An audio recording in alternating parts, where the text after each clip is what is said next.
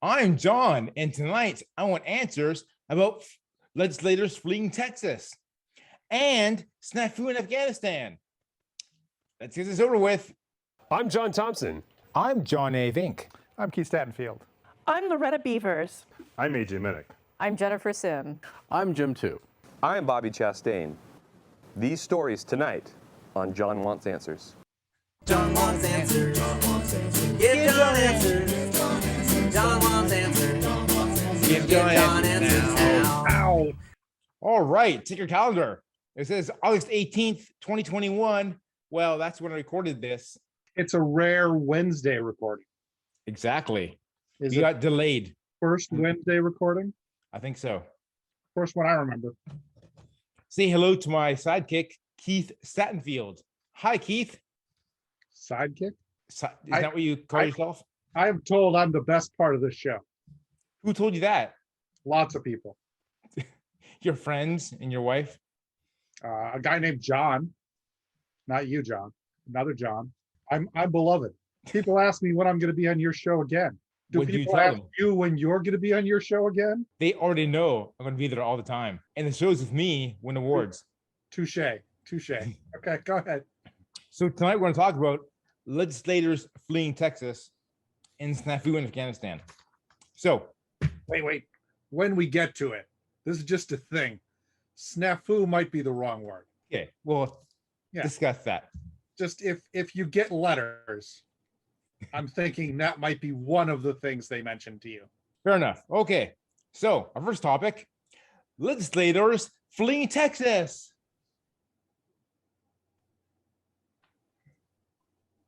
I've read in the news that lawmakers in the state of Texas have fled the state to avoid laws being passed.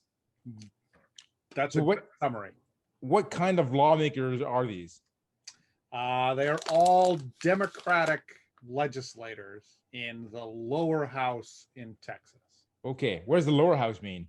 Texas has the Texas House and the Texas Senate, and generally you call the Senate the upper house and the House the lower house. So you'd call them Only got the Congress people. Well, I don't think they call it Congress. I think they call it the Texas legislature. And why did they leave the state? They left the state in order to prevent the lower house, the representatives, the lower house from having a quorum to pass legislation. How many are needed for a quorum? For a special session, you have to have 2/3 of the people present to open the session. And Why is this a special session?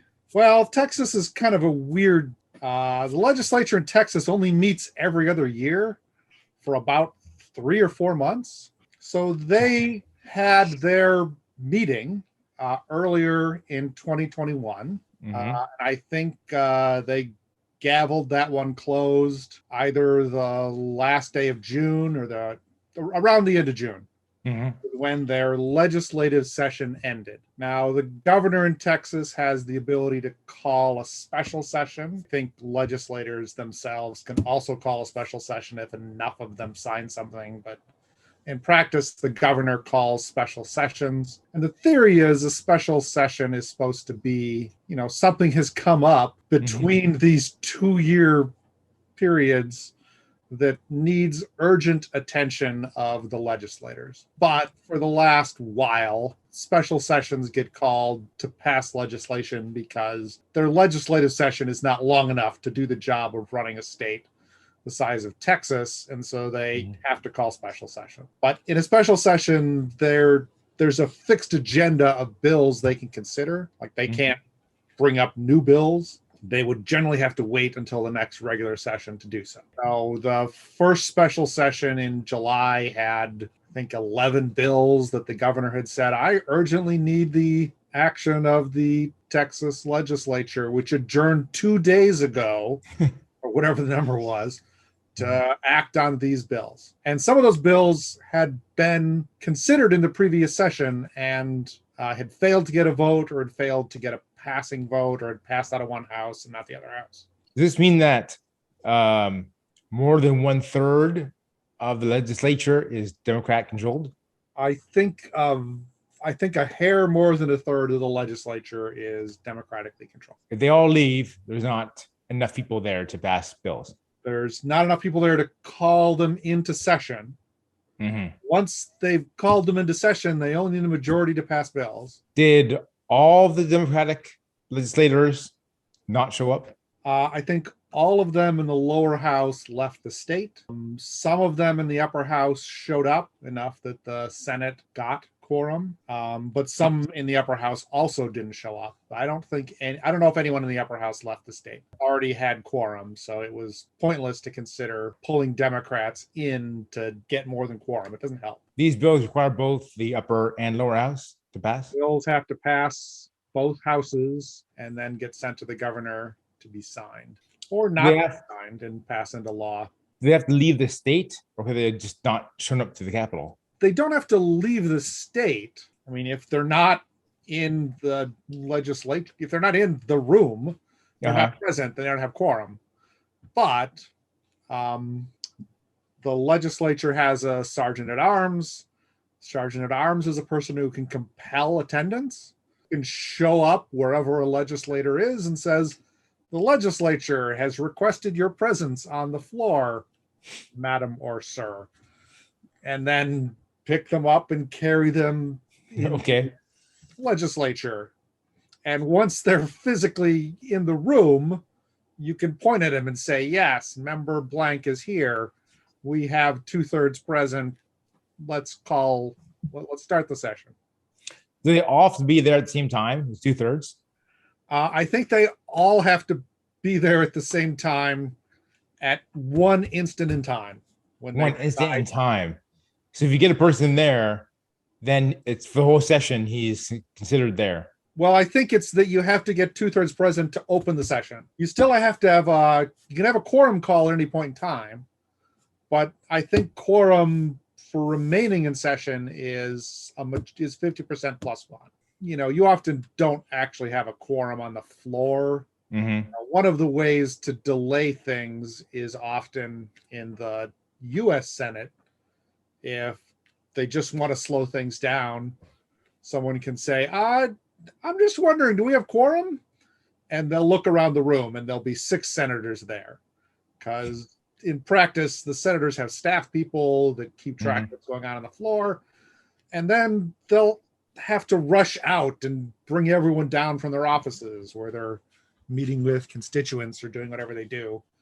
And then they get 50% plus one in the room, and we have quorum. We can continue. We can go back to what we were doing 25 minutes ago. The sergeant at arms for Texas has no jurisdiction outside of Texas. I'm not even sure if the sergeant at arms has jurisdiction or if that actually falls to the Texas Rangers. The sergeant at arms might just be able to say to the Texas Rangers, which are their version of the state police, hey, get this guy. But if the Texas Rangers went to, let's say, DC, or a lot of these. All right, and none of them have any police authority outside the state of Texas. So if they try to go to DC and get a guy, that's kidnapping. If they tried, yeah. They did this maybe 10 or 15 years ago, and a lot of them went to Oklahoma, and they, sent, I believe, Texas Rangers to Oklahoma and said, you guys need to come with us. And they were like, but we're not going to come with you. There was kind of a scandal at the time because they didn't know where some of them had gone. So the Texas governor called the federal government, George Bush, who had been governor of Texas at the time, and said, hey, can the FAA help us track some private planes to see where various people went and landed? And then they gave them that info, which is a violation of the law. It kind of caused some, that's kind of a dick move. But even so, it sounds like the Texas Rangers can't do anything outside of Texas. I mean, most Texas legislatures are not millionaires. And since I told you the legislature is only in session for 4 months, almost all of them have real jobs in Texas, which they definitionally are not doing probably if they're in Washington, D.C. So it's a hardship to not be able, to do your job and work. Could they do a filibuster or don't they have filibusters? I know the Texas Senate has filibusters, but the rules are different than the U.S. Senate. Mhm. In Texas, filibusters, you actually have to physically hold the floor of the Senate. You aren't allowed to leave or stop talking. Mhm. You aren't allowed to sit down. You aren't allowed to use the restroom. Could You aren't you? allowed to lean. So, Oh, there have been filibusters in Texas. I think there was one within the last couple weeks. mhm. A woman tried to, filibuster a bill for 13 hours, which Yeah. means she stood on the floor of the Texas Senate for 13 hours and talked about something germane to the bill. You can't read the phone book in Oh, Texas okay. like you can in the U.S. Constitution, or green eggs and ham, or whatever you want. And you can't lean. Years and years ago, there was a woman that did it in high heels for some amazing number of hours. Wow. But you're never going to get more than, half a day's delay with a filibuster in Texas. So, generally speaking, what kind of bills are they trying to stop from passing? Primarily, they have said they do not want to let a set of election integrity bills pass. Mm-hmm. But their bills have been written by the GOP in Texas, and essentially they make it harder to get mail-in ballots. You need, tighten down the rules. You can't say I would like a mail-in ballot because it's more convenient for me. You have to have a reason that you can't physically be and physically go to the polls on election day. Would these bills apply to Republicans as equally as Democrats? They would all apply equally to Republicans and Democrats, but some of them, like saying a county can only have one ballot drop-off place, is a significant hardship in Houston, which is, you can drive 60 minutes and still be in the county that the city of Houston is in. Whereas, and with traffic, it might take you a couple hours to drive to the one ballot drop-off that's in your county. Wow. Houston is a blue part of Texas that votes Democratic. The tiny counties in the rest of, tiny far off rural counties that vote Republican, if there's one ballot drop off, it's not a problem because there's no traffic and people tend to go there. They want to cut down on the amount of time for early voting, which generally helps people that are lower wage that maybe can't get a day off on Tuesday to go vote and stand in line for a couple hours to vote. So they would like to vote on a weekend before or some other day, or they'd like to vote at 6:30 at night the week before instead of exactly on election day.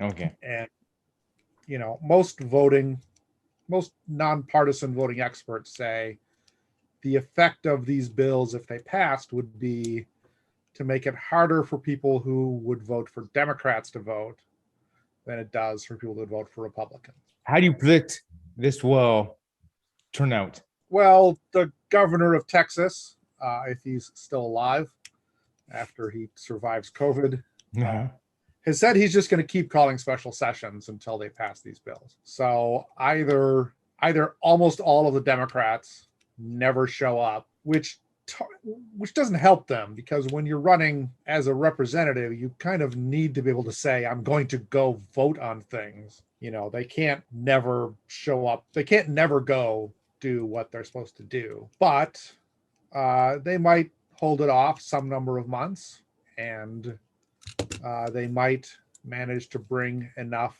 visibility to what Texas is trying to pass to cause Congress to pass some national laws, which is probably the real answer to ensure that people across the country can have equal abilities to vote.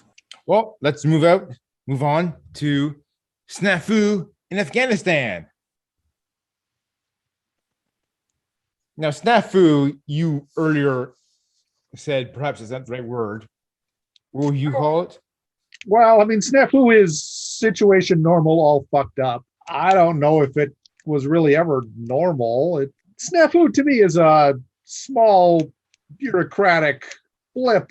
Afghanistan is a 20-year almost disaster for a lot of people. So, for those viewers who don't understand what's going on, the U.S. military left Afghanistan. Not yet. They're in the process. Practically immediately, even before left then, Well, the Taliban retook the country. About 2 years ago, the administration of the former guy brought the Taliban to Washington, to Camp David, and they hammered out an agreement where the U.S. and the Taliban agreed that the U.S. was going to remove all troops from Afghanistan by May 1st of 2021. Okay. Notice that's about 4 or 5 months ago. That's in the past. Yep. And then after they came to this agreement with the Taliban, the U.S. administration went back to the government of Afghanistan, which we are in theory allied with, who we hadn't bothered to invite to the negotiations. Okay. Said, we talked to the Taliban and they promised they're going to be good and they're not going to take over the moment we leave. And then the government of Afghanistan said, don't take this the wrong way, but we have a lot of history with the Taliban and we think they lied to you. And in fact, are going to take over the moment you leave. Almost all real foreign policy experts figured that the current government of Afghanistan was going to lose control of significant parts of Afghanistan within the next 3 to 9 months. I mean, the current government really didn't have control of large parts of Afghanistan before the last 2 weeks. They de facto were under Taliban control. But it is a bit surprising to a lot of people, not terribly to me, but to a lot of people, how quickly the Taliban was able to just roll back in and reassert control. Did Afghanistan have their own military? There were government troops. Were they outnumbered?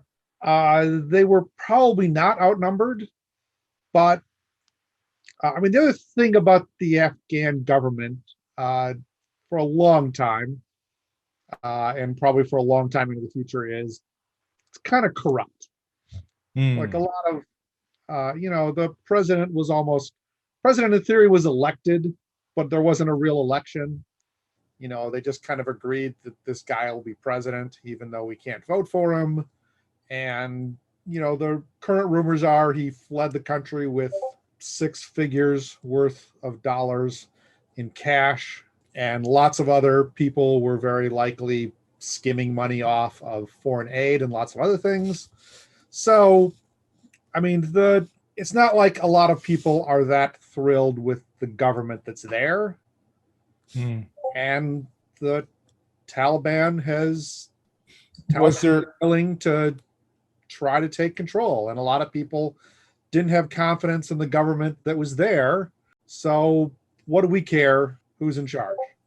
The Taliban know who's in the army, and they know where the people in the army live and where the people in the army's families live. And if you are in a far off government post with maybe 40 or 50 soldiers and the Taliban show up and they have a bunch of guns and they're like, well, we can kill a lot of people and you can kill a lot of us and a lot of your family will be dead and some of our will be dead. Our families aren't here. So, or you can just join the Taliban and your job will be almost exactly the same, which is you'll be in the army of the country of Afghanistan, and then you'll be alive and your family will be alive and we'll be alive. And So there wasn't really much fighting, it sounds like. There was Taliban not just a lot of walked in. fighting. Uh-huh. There was some fighting. You know, people are dead on both sides. Now, when we, United States, attacked Afghanistan, like I was in my 20s, long time ago. 2002, 2003. Yep. Was the Taliban running the country then?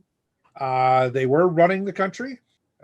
We largely pushed them south and east, I think, into the hills in Pakistan and the mountains in Afghanistan. Why did we attack Afghanistan? Al-Qaeda, which was the terrorist organization run by Osama bin Laden, had training camps in Afghanistan. And at that time, most of the leadership of Al-Qaeda was in Afghanistan. Okay. And the Taliban knew Al-Qaeda was there and, provided some support to them because the Taliban is a pretty strict Islamic religious group. And Al-Qaeda is nominally a strict Islamic group trying to bring about a worldwide caliphate. So their interests aligned. But we attacked Afghanistan because Al-Qaeda was there. Okay. And then after we pushed the Taliban out, the Taliban kind of said, hey, we'd be willing to give you Al-Qaeda. And George Bush at the time turned them down and said, no, we're going to get Al-Qaeda whether you give them to us or not. And that was followed by 18 years of bloodshed between Al-Qaeda and the Taliban and the U.S. military and the other governments of Afghanistan. Do the people of Afghanistan like the Taliban or not? Some of them probably like the Taliban. Some of them don't like the Taliban. Like America, we have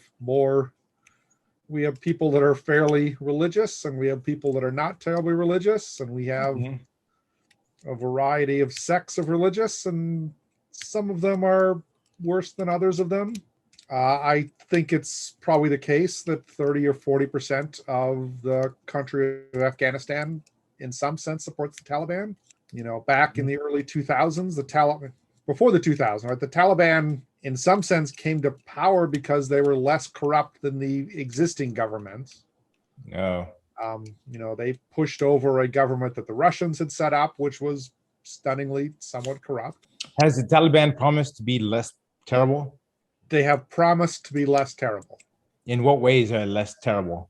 I think in the negotiations, they promised to support terrorists less and to allow girls to go to school more and a couple other things.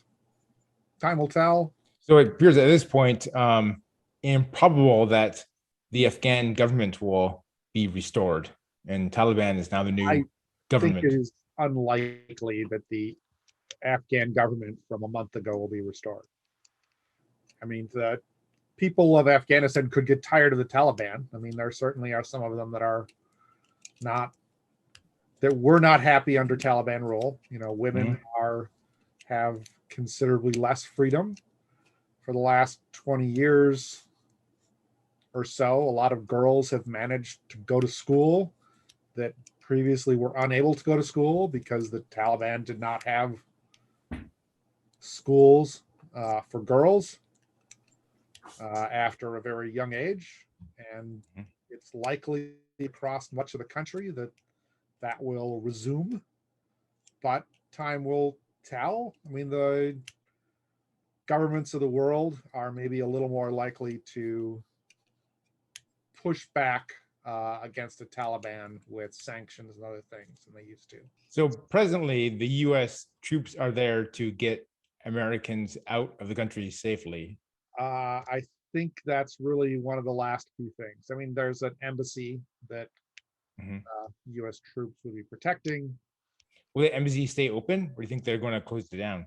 As of a couple weeks ago, we had said the U.S. embassy would remain open, but Things look different don't now. know if that's going to remain true or not. I'm sure the U.S. government would want lots of assurances that the U.S. embassy would be protected, Mhm. and they might not be willing to settle for the assurances they're able to get.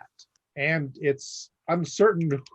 The U.S. does not recognize the Taliban as the government of Afghanistan. So who is the embassy there to have a diplomat with? Is that where like Americans would go to get their passport renewed? Or if they lost their passport, they'd get it I fixed think there? it is much more likely that that is where you would go to get a visa to emigrate to America. But if you were an American in Afghanistan and you had an issue with your passport, then yes, the embassy would be the place you would go. You know, that isn't what embassies are. That isn't the first purpose of embassies. The first purpose of embassies is it's where the ambassador lives, and the ambassador is supposed to go deal with the government. Imagine the danger pay you'd get if you're ambassador to Afghanistan. I'm not sure if we give ambassadors hazard pay. Well, You know, maybe. they can't be paid more than the president because that's the law. So that sets an upper limit of $400,000. How do you predict things will unfold in Afghanistan? I think it is going to go poorly for quite a number of years. I think the U.S. will manage to evacuate a large number of Americans and people that were working with the U.S. government or the former government forces out of the country to other countries.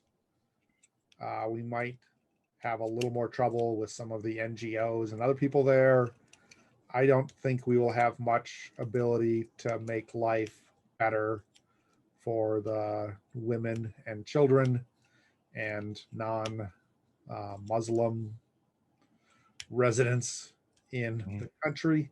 We weren't doing great before, but we were doing something.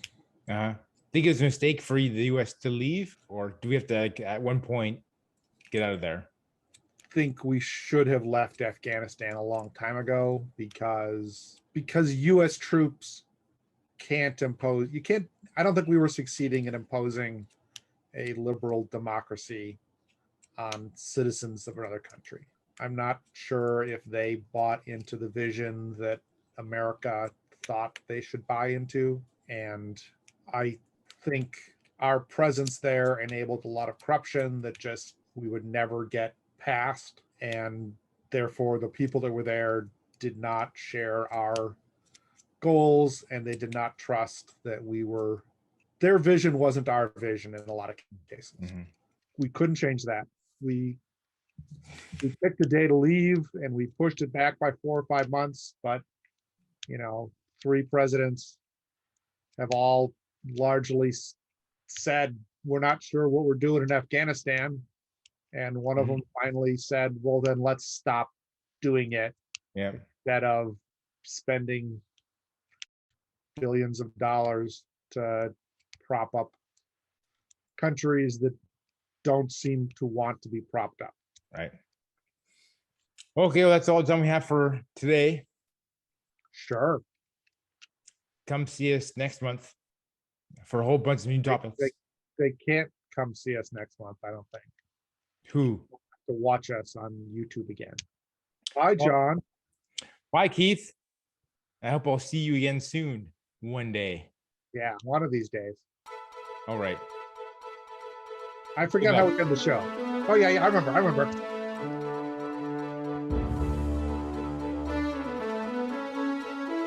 I think we're in the wrong hand, right? It doesn't matter. I usually cut the point out. Oh, okay. We've been doing that for no reason whatsoever.